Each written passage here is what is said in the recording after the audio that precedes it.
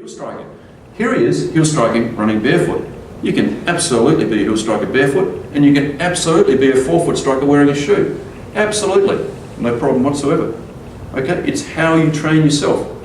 I'm very concerned about this argument that people are saying, by wearing a shoe, or by not wearing a shoe, you're going to become a better athlete. Okay, that's not true. You become a better athlete through really hard work, through developing your core strength, through developing your glutes, by looking at what's going on at your hip. Okay, these are the really important things. Looking at gait is very important. Okay, form is a ubiquitous, fleeting thing. It's about how hard you work to become a better athlete. Okay, and I think Blaze has shown some slides of Meb, very famous heel striker, but he can still win the New York City Marathon. So, you know, I think that it's got nothing to do with the shoe, it's got to do with the athlete. So, Simon Shoebag, I've got no idea why I put Simon Shoebag up here. Oh yeah, okay, so this is my personal philosophy, okay, and I think this is maybe where Blaze and I might have some point of agreement. My personal philosophy here is that if you have variation in your foot strike, and you have variation in the terrain you run on, and you have variation in the way you train, then you're probably going to have a bit of a head start in terms of heading off injury. Now by this I mean, I think it's extremely important to get off the road and do some training on trail. Very important. And the reasons are blindingly obvious. It's because if you run on the road, you're imparting the same load at the same rate, step after step after step. There is a reason that Tarahumara apparently don't get injured, apart from the fact they're a genetically isolated tribe that weigh 50 pounds and 5'2", okay, and they've done it all of their lives, amongst other reasons. One of the reasons might be is because they run the Copper Canyons, okay, they're all over the shop, uphill, down dale, across tracks, they're distributing the load. It's very, very important. So mixing up your training is very important. I agree with Blaze, if you want to be faster, you have to reduce the braking force. And the way you do that is to get your centre of mass of your foot better, okay? One of the ways you can do that is to move further forward on your foot, okay? But you have to be careful. You have to be very careful, okay? And if we think impacts are really important, why, and I think cadence is also very important, but if we think impacts are important, which remember I don't think are important, what happens when you run a marathon with a high cadence? You take about another 7,500 steps.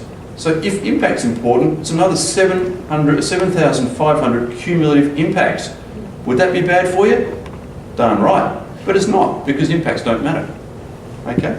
Torques, moments, accelerations matter. Okay, we're nearing the end here. Actually, how long am I supposed to go for? How long have we been going for? I feel like I've been up here forever. All right, we'll wrap it up in a minute. Technologies presented annually by running shoe companies have no solid scientific evidence. This is where we went back to right at the start. So I'm going to finish up here. Well, I'm going to give you something here. This is a real gift, okay? I hope it's a real gift. So I can tell you honestly that you're the first group in the world to ever heard this. Eve has not heard this. So this is a brand new project that I've been working on. It's to try to give you an understanding of what goes into actually trying to build a shoe that we think is going to help the athlete perform better. Okay, this is a real living, breathing shoe that's going to happen. Okay, so I want to introduce to you a concept called axial geometry, and this again, I'm just trying to paint a picture of guys like me who work for a company like ASICS. We don't just sit in a back room and say, geez, I wonder how we can fleece a few more bucks off an athlete, you know, what should we do that we can grab their money real quick? That's not the way it works, okay? And that is actually quite insulting to think that way. So the concept of axial geometry in footwear design. Axial geometry is all about trying to understand that your foot's incredibly important. It's the link between your body and the surface it moves across, okay? There are 4 requirements in this, and 4 only, and that is that your foot's got to be really stable, so it's got to allow weight bearing at rest, and then it's got to be able to attenuate the accelerations and decelerations that occur when you run, okay? And these forces are huge. I'm not talking about impacts, I'm talking about accelerations. Very, very high, about 5 times your body weight. The next thing we need is the foot's got to be pretty flexible, okay? At certain points in the gait cycle, it has to work as a flexible organ. It's got to act as a sensory organ, so as Blaze said, proprioception is very important. So it has to be able to accept feedback from the ground. Can you do that inside a shoe? You sure can. I've presented and published a paper looking at a shoe that stimulates proprioception, if you like. A shoe, a big bulky shoe, worked a treat. Okay, so it's got to look at these. So it's got to be providing information about all the things that are going on at the shoe-foot interface. The foot-ground interface. The foot's also got to act as a propulsion unit. So it's got to become rigid when you achieve heel lift, so you get a decent propulsion forward. Okay. The concept of axes is really important because they basically define everything that you measure in a foot. So if we have a look at this and we define it as a line through the centre of the second toe and the midpoint of the back of the heel, I'll show you in a sec, you can use this line as a landmark and you can then look at whether the foot is doing weird things or not. So here it is, here's the anatomical axis of the foot. You can see it runs from the heel straight down the middle of the foot. Great, that's an axis, okay? Now the problem with that athletic footwear design is nearly all, in fact, as far as I can tell, all athletic footwear, including minimalist footwear, is designed with axes aligned to the ankle. Now the ankle is actually not a part of the foot, okay? The ankle is not actually a part of the foot. The subtalar joint, which is the joint below that, is the joint that determines how the foot works. The ankle is actually part of the leg. But if you have a look at this, axes are very easy to understand. It's like getting a steel rod or a nail and driving it through a particular body part. So the axis of the ankle is going straight through in this direction, and if you twirl that axis, then the foot moves in dorsiflexion, plantar flexion. Does that make sense? I don't want to get too bogged down here. Okay, and you can see that every shoe is basically aligned to that axis. Okay? I don't think that's right. So here we go. You can see if we twirl the axis, you get this sort of movement, plantar flexion, dorsiflexion, or flexion extension, whatever you want to call it. And this is the way that most footwear is designed. And I'm purposely showing ASICS footwear here. I can show a great example of this in Nike Free. You can see this built on a grid pattern, and there is no relevance to any other joint other than the ankle joint for this particular shoe. So, obviously this has got a concern for me, because if you're only aligning to the ankle joint, it's not going to allow the foot to work very well with the shoe, not going to allow the shoe to work very well with the foot at all. And it's going to pretty much ignore about 30% of the contact phase of gait. So what do we do about that? Well, we've got to recognise the subtalar joint. And we've particularly got to recognise the geometry there. If we can do that, then we're going to take the function of the shoe to a whole new level. So this is a complex slide, and I'm not even going to attempt to explain this to you, except to say, look, the subtalar joint is far more complex. You can see it's angled to the foot in two planes, in this direction and also in relation to the support surface. And you can see that rather than just acting as a simple hinge, it acts like a mitered joint. In other words, imagine two bits of wood joined by a joint here. When you twirl the top bit of wood, the bottom bit moves in supination pronation. That's exactly what the subtalar joint does. It allows supination pronation. So it's very, very important. So what we're proposing here is, if you have a look at the current protocol, where we've just got decoupling in the direction of the ankle joint, and we were to introduce something new here to look at introducing decoupling in a totally different plane, then we've got something that I think potentially has some real go to it. So the other very exciting thing about this is that it's, with this model I've just presented here, we're assuming a neutral foot with normal biomechanics. But what you can do with this sort of technology is you can actually manipulate the shoe to make a reference to a pronated foot or a supinated foot. In other words, just by manipulating the geometry of the shoe, you can radically influence whether the foot is going to pronate or supinate. So it's very exciting technology. How are we going to do this? We're not going to worry about that too much. Well, we're going to do it this way. So if you have a look at the current protocol for outsole midsole design, it basically recognises this red line here. We're not too interested in that. And we're also not interested in a grid pattern going through the forefoot, because we also want to look at the forefoot axes. What we do want to do is introduce something new. And the new design is to look at the decoupling of the shoe in line with the actual way the foot works, or the axes of the foot work.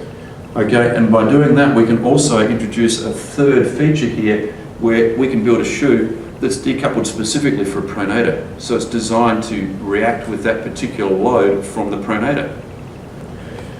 So that's pretty much the end of this ASICS. I think for us, it's about igniting passions, it's about leading, it's certainly about innovating, and it's about reinventing. Okay, I'm certainly at the stage learning and listening, but nothing is radically changing my mind about our direction. So from my perspective, I think there is the summary slide here. There is no one size fits all for runners. I don't think that you can apply one rule to all. And this is what disturbs me about the concept that you say everybody should wear minimalist. It's like me coming to you and saying, ASICS has had a revelation, we've only got one shoe, it's called a KNO 18, it suits everybody, go run it, okay? It wouldn't make sense, because everybody is different. So there is no one size fits all for runners. Barefoot is going to work for a lot of people. I'm especially interested in barefoot for an injured population, okay? You need to try something different if you've got an injured population, okay? Barefoot training as a part of a sensible approach to running is, I think, very important, and it makes sense to me. Same with minimalist. It makes enormous sense to me to mix it up. Go to a less structured shoe, go to minimalist as a part of your training program. I think that's fine, but I don't think you should be throwing out the baby with the bathwater. Finally, you know, ASICS sold 55,000 pairs of shoes yesterday. And they sold the same number the day before that. And they've sold that number of shoes every day for the last 16 years. So when Blaze comes to me and says, this is the number of Vibranium 5 fingers that we've sold, then I will really be impressed, because it means that the consumer is actually trusting that product and saying, wow, we're really going to back that in. ASICS has been a very reliable company. You guys are shoe retailers, I don't need to tell you that. Some of you have probably built your businesses on the brand. But this is, no matter where your views lie, this is a hell of an impressive figure, don't you agree? I think that's unbelievable, okay? Day in, day out, that's the number, that's the volume sold, okay? Making a huge amount of money for ASICS, no doubt. But the same thing is that you can't fool the consumers all the time. They won't buy the product if they don't believe in it. They won't buy the product if it doesn't work for them. Okay, these are big numbers. So I guess finally what I'd say is, well, you know, ASICS has been around. I don't think it's going away anytime soon, and Blaze and I will reconvene in 5 years' time and have this discussion again, and we'll compare notes again and see where we're at. I think the status quo will probably be maintained. I expect to see minimalism continue because it has some real merit, has some very good points, but I don't think it's going to take over anytime soon. And now with great trepidation, well, actually we've got Daniel to come, but I'm looking forward to the Q&A time where Blaze can try and throttle me. Okay, thank you very much for listening.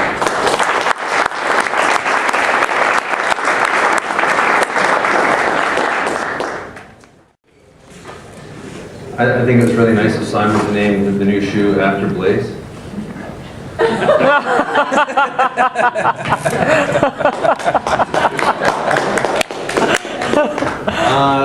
It's an honor to be on a panel with such preeminent experts on running shoes. It's at times I was kind of asking myself what the heck was I doing here with such illustrious presenters, but I've always considered myself, and I keep referring to Luke, I've always considered myself the friend of the retailer, because there's very few percentage of people that actually get to you through a healthcare professional. And a majority of runners actually get to you directly. And I think that we can have a much more profound effect of looking at this from your guys' perspective than looking at it from our perspective itself. So I've actually presented this topic, or this title was caused quite a bit of a stink when I presented it before, but it's kind of letting you guys know that there's only so much that shoes can do, and at times that the expectations far exceed the capability of a shoe. And I think this is it fits in well after Simon and Blaze have both spoke. So I'd like to thank Luke for including me in this event, and for you guys for inviting me. So I guess I'm biased because you guys invited me down here. So. This is me. I'm a sport physiotherapist. I'm also an exercise physiologist, so I look at things from a different point of view, perhaps. So when I look at improvement, I'm actually looking at improvement of performance based upon efficiency and the changes that shoes and running, or changes in running style, will make on the physiology. I also work with a lot of runners. I mean, that's essentially my private side business, is that, besides in the military. I'm the major representative for shoes, orthotics, and training for our international teams for sport. So I've got a very lucky job. It takes me, last year was, I think it was Rio de Janeiro for 2 weeks, so that was nice. So for this particular presentation, I thought, how do you apply all the science that's been presented already into the practical reality of running shoe sales? So that's my title for today. And essentially at this particular point, this is how complex it probably looks to you guys with all this science, that it seems like there's so much interaction that at times it tends to blur everything. And all you really want to know is, when do I give a minimalist shoe to somebody and when do I don't, and how do I differentiate who would benefit and who wouldn't? It doesn't have to be this complicated. So as far as what is good form, it's funny, everybody's picked different video. But when you look at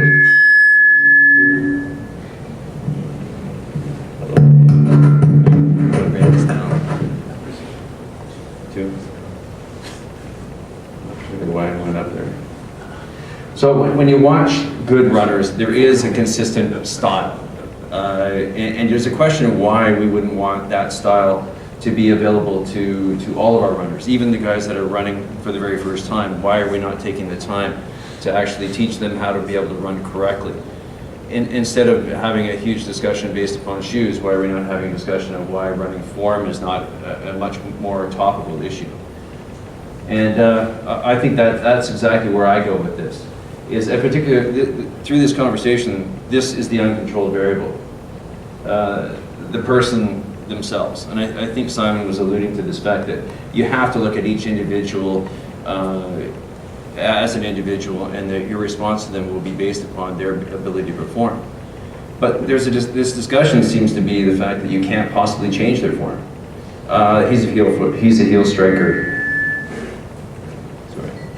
He's a heel striker, and you can't change that. Of course you can change that with a person. In fact, I would suggest that should have been done a long time before.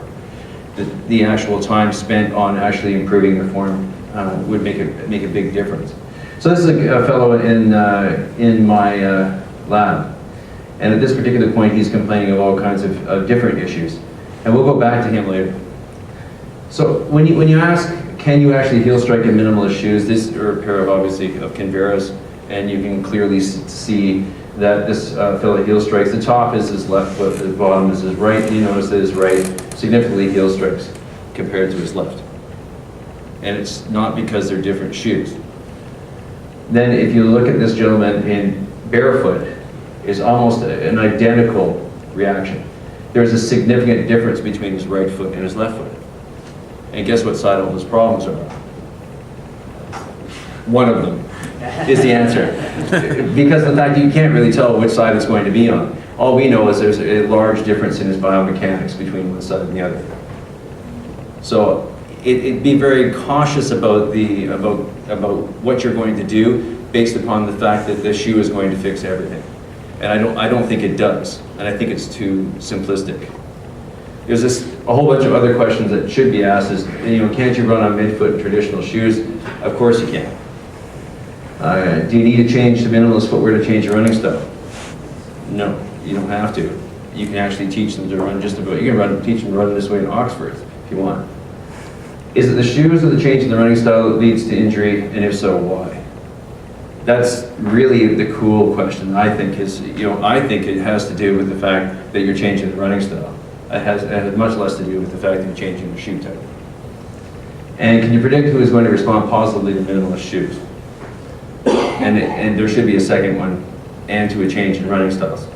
Okay? So these are questions that I think that are much more appropriate at the retail environment. Rather than talking about shoes, let's talk about the individual runner and the change of the running styles. So I think we would all agree that you could certainly improve a significant number of 4 or 5 hour marathoners who questionably should be running a marathon in the first place. You can definitely improve their capability of running by changing their styles instead of talking to them about their shoes. So here's a question for you guys, and I seriously want you guys to read that and then answer the question.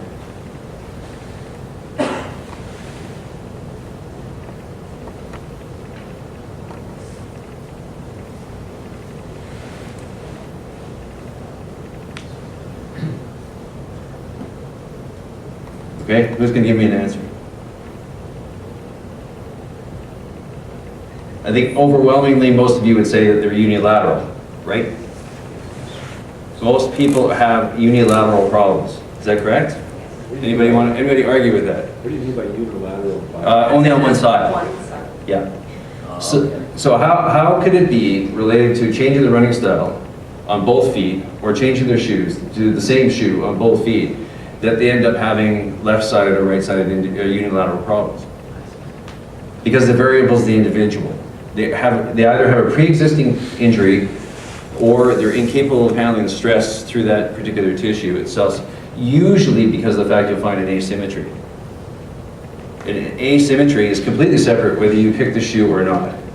They fail to adapt to the stress, as Blaise put it, in a positive way. I just call it negative adaptation. That's what pain is when I talk to my clients. It tells you just as much as the positive adaptation does, and perhaps even more. So it makes no sense. I think that what we need to do is we need to be much more aware of this type of client that comes in. You guys need to be able to identify when you say an asymmetry, either statically or dynamically, and you need to be able to identify that person to determine whether you can expect them to be able to respond well to a change either in running style and or in running shoes themselves. So when we look at a guy like this, now there's a lot of people that are promoting. How many of you guys have treadmills and do gait analysis in your running shoe stores? Okay. And so there's quite a few. There's about 20% of the people that do it. I'm telling you that with 20 years of experience, I can't tell you what's going on here. And I think it's a real mistake that this is starting to happen. And it's starting to happen because there's pressures because of the fact there needs to be an impression that you're providing a service. I think this is extremely dangerous because I can't tell what's going on with this guy at regular speed on a treadmill. And like I said, this is all I do. So I think it's a really a difficult thing to do, and I wouldn't recommend it. And sometimes it's not the shoe at all. This is a prime example of a person in a stability shoe versus barefoot, and there's absolutely no change in their mechanics, yet the person still has lateral knee pain whether they're barefoot or they're in a stability shoe, based upon their inability to control their hip on the right side, leading to internal femoral rotation. And there's tons of studies that show internal femoral rotation will lead to huge problems around the patellofemoral joint. But it doesn't matter. You change the mechanics to the foot with the stability shoe or not. It made no difference to the mechanics. In other words, this guy doesn't belong to you. And you shouldn't have expectations that a shoe or changing your running style is going to affect a guy like this. He doesn't belong to you, and you guys need a way to determine who belongs to you and who doesn't. So that when they come back to you and say, well, I bought these shoes and now I'm hurt. No, that's not the correlation. So what you need to be able to do is determine who's a top-down versus a bottom-up problem. And what I mean by that is, if you look at somebody with decreased hip and knee control, that actually can lead to increased pronation. So if you look at that asymmetrical foot that I showed you, the reason that that guy pronates on that, or that guy has knee pain, is not because he pronates more on that left foot. It's because of the fact he lacks knee control, and is essentially has, and I don't like weaken the structures around the foot because I don't believe there is a lot of dynamic stability around the foot. But he has essentially taken the inert structures around the ankle themselves and have stretched them out to a point that's exactly where he sits statically. So an actual excessive pronation through a foot can be caused by a top-down problem. And that guy doesn't belong to you either. Because you may be able to help him a bit by working with a shoe and with an insole, but the fact is you still have not addressed the original problem, which is the problem around the hip. And you must eliminate the top and the bottom, and frankly, you can't tell whether that particular asymmetry was secondary to a mobility or stability problem. So, and this is all stuff that's kind of beyond the capacity of a running shoe retailer. It's not where you guys should be, and you guys should be made responsible for it. But you need to be able to identify these people in a efficient and effective way. And one thing about this is that static foot posture has nothing to do with dynamic foot posture. You have to be able to determine how they're actually moving, because a person with a excessively pronated foot can actually move quite into in a very much of a neutral pattern. with good dynamic stability. So if we look at this gentleman here, and it's looking at torques around a sub-tailor joint, so this really fits in nicely. If you look at this guy, he has around 20 degrees of rear foot valgus in a barefoot. We put him into a minimalist shoe, so this is the Mizuno. I think it's the Ronin, yeah. And he dropped to 13 degrees. Now this is just dartfish angles, it doesn't count as real science, but I'm a lab guy, so I just work in my basement. And this is actually using a foot balance insole. So just be able to fit him for a foot balance, and we did this in Luke's place.